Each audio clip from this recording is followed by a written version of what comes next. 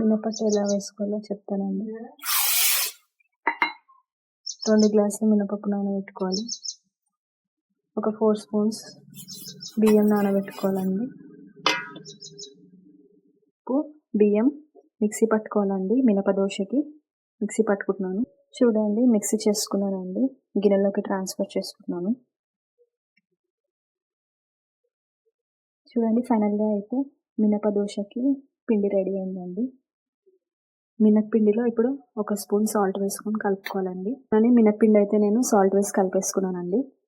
ఇప్పుడు స్టవ్ వెలిగించి పెంక పెట్టుకున్నానండి. ఆనియన్ రాసుకోవాలి. ఆనియన్ రాసుకుంటే ఏ అట్టైనా అంటుకోకుండా వస్తుంది. నెక్స్ట్ కొంచెం ఆయిల్ వేసుకుంటున్నానండి పెంక మీద. ఆయిల్ వేసుకున్నానండి. పెంక హీట్ అవుతుంది. హీట్ అయిందండి. అట్టు వేసేసుకుంటున్నాను. చూడండి, అట్టు వేసేసుకున్నానండి. ఇప్పుడు కొన్ని ఆనియన్స్ వేసుకుంటున్నాను. ఇది ఓన్లీ మినప్పప్పే కదండి, చాలా బలము, చాలా సాఫ్ట్గా స్మూత్గా ఉంటుంది అట్టు కూడా. చూడండి, అట్టు ఒక సైడ్ కాలిందండి. ఇంకో సైడ్కి మార్చుకుంటున్నాను.